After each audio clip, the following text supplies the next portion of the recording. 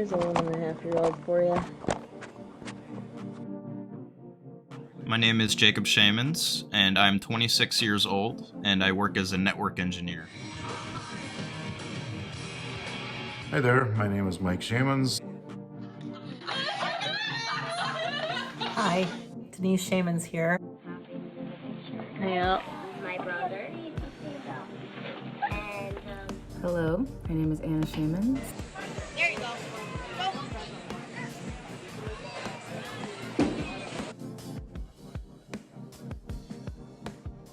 I am now 57 years old, and I realized that we are coming up on the 10th year anniversary of the swatting incident. I'm here to talk to you about the events of Sunday, September 8th, 2013. The story I'm about to share with you goes back over a decade to when I was transitioning from middle to high school, so around 2012 to 2013. When I was about 10, so I guess this was 10 years ago now, half my life ago. Back then, I was deeply immersed in the world of online gaming, particularly in GTA San Andreas multiplayer.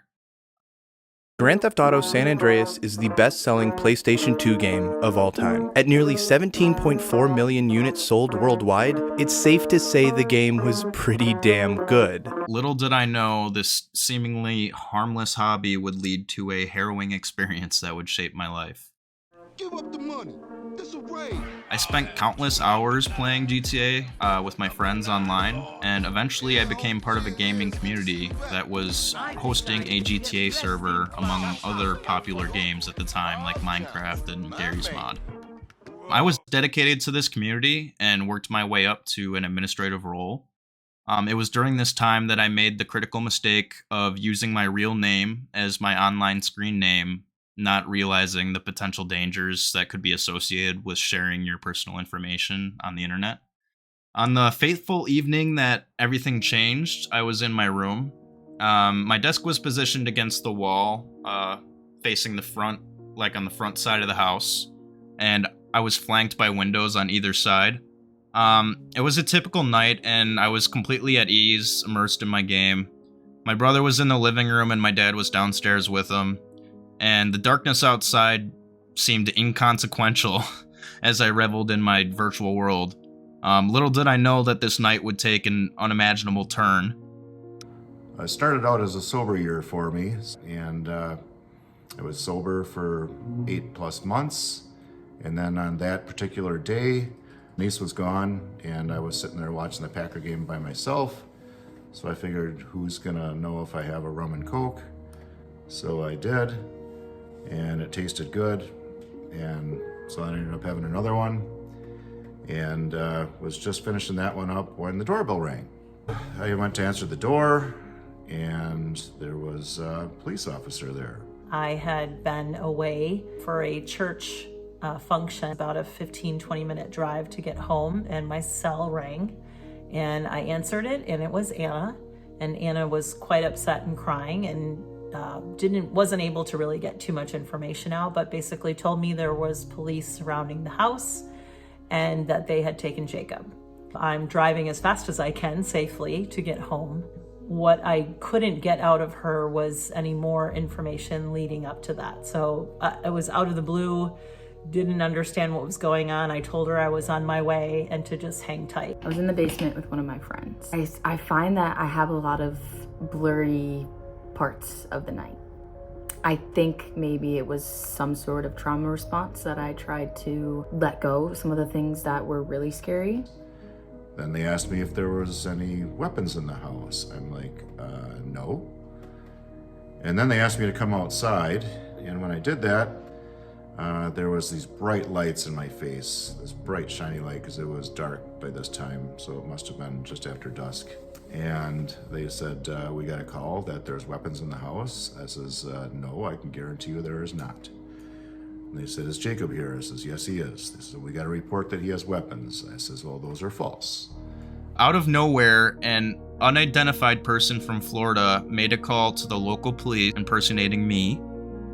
They made a chilling threat mentioning weapons and bombs, which triggered a massive response from multiple law enforcement agencies, including the FBI, various police and sheriff's departments, state patrol, and even the news media. My dad walked into my room holding a phone in his hand and asked if I had called the police. And bewildered, I said no and asked why. And we went downstairs where my brother was throwing a tantrum because the TV wasn't working at the time. And I assume the police were called because of this yelling. I do remember police talking to us through a megaphone. And they told us that we needed to come outside right away and that we didn't have time to go get jackets or shoes. Following the instructions given over the phone from the police, my dad and I walked out the front door and down the hill in our front yard. And at that point, I began to get frustrated and rude with the officers. I'm thinking the response was excessive for a situation involving an autistic child having a fit. My first thought was I needed to go get my brother. I remember running upstairs to the second floor to go get Sam. And he was trying to record something on my parents' TV. And I think it was because he got kicked out of the living room because my dad was watching the Packer game. I was like, Sam, we need to go out. Like, we need to go right now. The police are outside. And I didn't have time to explain that. I didn't have time to rationalize for myself. I mean, I was 10 years old. I started to drag him away from the TV, and this caused him to start to throw a fit. He started to scream, and he really needed to record what he was recording. You know, any other time, I wouldn't have even pushed, but I had no other choice, so I kept pulling him, and I eventually remember getting him down the stairs, but that wasn't without him screaming. I slapped my hand over his mouth and I was like, you can't scream, like, do not scream. Little did I know the severity of the situation. As we approached the police cars that were parked at the edge of the cul-de-sac circle, I noticed multiple assault rifles pointed in our direction. I saw some big, huge automatic weapons, a lot of them, pointed at me. And an officer informed me that if I had made any sudden movements, he might have shot me. And he said that was the closest he had come to shooting a kid. And I just remember breaking down. I mean, this was scary. I couldn't stop crying. This was just, I didn't understand what was happening. Everyone was very aggressive. My brother was getting mad. My dad was getting mad. And I was trying to get my brother out. I just remember feeling very overwhelmed. And my friend was there at the time, and I didn't know what to do about her being there. She kept asking me what was happening, and I didn't even have an explanation for it.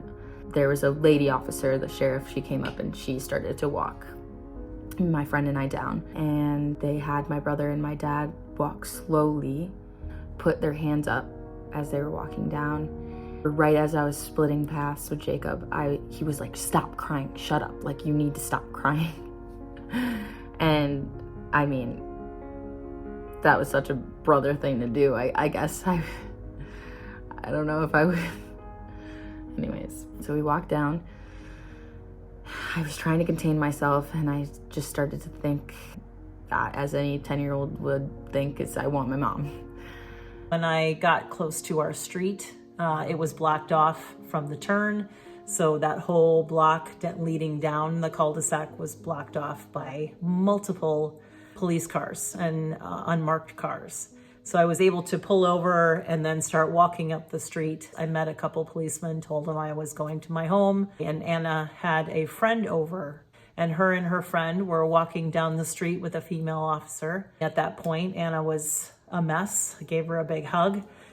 Tried to talk to the female officer, but she did not give me any information. And out of the corner of my eye, I saw an unmarked car, but there was a reporter sitting in the car with TMJ for news camera on the seat. My mom got there at the same time a news reporter got there and tried to record me. And I mentioned to the officer that was a reporter. She escorted them out. I continued to walk back up the street toward my house with the girls. Got to the house and met a detective outside who was not very nice. I wanted to know what was happening. So they brought me into my house where they had my husband seated at the kitchen table, and I didn't know where Jacob was, my oldest. He was 16 at the time. They told me that Jacob had placed a call saying that he was going to harm himself and his family, stating that he had multiple guns and ammunition. all throughout the house, stating that he wasn't happy and that he was going to take everyone down with him. So they responded the way that they did, in full force. And I asked where my son was, and they said, we have him in custody in what was this unmarked large white van in the circle. I couldn't see him, I couldn't talk to him. They presumed he was guilty. And I said, I don't believe you. I said, did you search our house? Because we are not hunters. We don't have any ammunition. We don't have anything that would lead you to believe that we have any kind of destructive devices in our home. And they said, we did search and we didn't find anything. And I said, then it couldn't have been him. And they said, well, to threaten is a felony and we will still take him in. And I said, well, he's a minor and I will follow you to the police station and we will have more discussion. As soon as they had my brother and they searched the house, I was able to go back in. It was a school night. I had to get to bed. I had to try to pretend like what happened didn't happen. And I guess that's kind of where my memory starts to fade a little bit, I think. As soon as I went back in with Sam and my dad, I tried to block it out as best I could. I knew my mom and Jacob had left, but I didn't know anything past that. We drove a couple miles down the road to the police station. They took him out of the van and he didn't even have shoes on. Put him in an interrogation room by himself. He was very upset and very scared. I was detained while the police talked to my dad and other family members. And eventually they took me to the police station for questioning, where I was held for several hours before being released. And during this ordeal, they confiscated my phone and other electronic devices for several weeks in an attempt to prove that I was the one who made the threatening call. Put me in a separate room from him for a while. Detective came in and told me what they had received. So I asked them to play the phone call because I wanted proof that that was indeed my son on the call. Eerily enough, the young man did sound a lot like Jacob, but he talked way too fast. So this young man named off all of these guns and ammunition and just put it all in this one long sentence. And I said, if you talk to my son, you will, they sound similar, but you will see that he talks very slow and deliberate. There's no way he has ever talked that fast. And then they took his phone and tried to trace. There was no call to be traced. He did not call them. So they didn't have anything, basically. They kept us there for probably 2-3 hours. I eventually was able to sit with Jacob. I pulled up some Bible verses to help us calm down because it was a situation that we didn't have any information of. We didn't understand it. According to Jacob, he thought that one of our neighbors had called the police because Sam, who is autistic, was having a meltdown at the time, and Sam's meltdowns are very loud. He does a lot of screaming and crying. My husband and Jacob both thought that our neighbors had overheard that and had called the police. They were very upset, and they're lucky they didn't get shot because the house was completely surrounded with SWAT. They acted in a very aggressive manner, so they're really lucky that they walked away unharmed. All over miscommunication. 3 hours later, they released him with no proof, so they couldn't charge him of anything, and said it was still an active investigation to go home and not talk to anyone. Tried to return to our normal life, but not knowing what was happening, feeling invaded. This person on the call knew exactly how our house was laid out. They knew who was in what room. They knew where Jacob's room was. They could also tell when there was police there, so they knew the house was surrounded. So we were greatly concerned about who was watching us, who was setting us up. Didn't make any sense. We didn't know what swatting was at the time. This kind of went on, this not knowing, for quite a while, but we had suspicion that it was someone that Jacob gamed with. And swatting is a nationwide problem that we are seeing pop up everywhere. We would call law enforcement agencies and claim to be either a victim of a crime or inside of a home where a crime had occurred. So he played a game that he was a moderator of, in which he can either let you play or kick you out if you don't follow the rules. So we were concerned that it was somebody that had that kind of information. Fortunately, their investigation led them to the culprit in the state of Florida responsible for this and other similar calls across the country. We were proven right. So about a month and a half later, the detective showed back up at our house, apologizing for treating us the way that he did, and it still didn't take away the feelings that we had about that day. Said that they had found and traced it back to a 16-year-old in Florida who we believe Jacob did in fact kick out of the game. We don't know what happened to him because he was a minor as well. All we know is that we were cleared of those charges, and thankfully nobody was hurt in the process. A pretty big lesson, and I probably shouldn't have been drinking. I know that had nothing to do with it, but there's higher powers, and this might have been because I violated my promise. So I didn't drink for the rest of the year or the whole next year. Looking back, I'd say the most important lesson that I learned from this experience is the vast and insecure nature of the internet and being privy to it.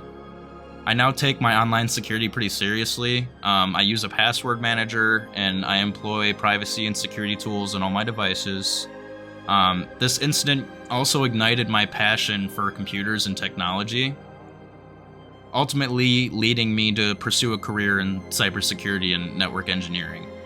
If I could turn back time, I would undoubtedly be more cautious about sharing personal information online and the screen names I use. This experience fundamentally changed the way I view the internet and my place in the digital world, and it serves as a stark reminder of the potential dangers lurking behind the screen. And it's a chapter in my life that has left a lasting impact.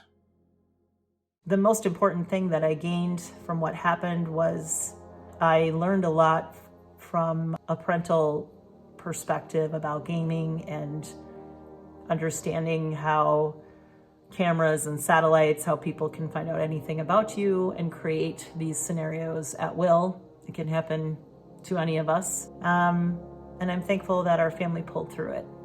Was it traumatizing? Yes. Was it difficult to get through at the time? Yes. Did I have PTSD every time I saw a Town of Brookfield police squad car? Yes. It took a long time to get through it. Afterward, looking back now, I try to tell parents if their children game with people that they don't know to understand the risks that are involved with that and to take that very seriously.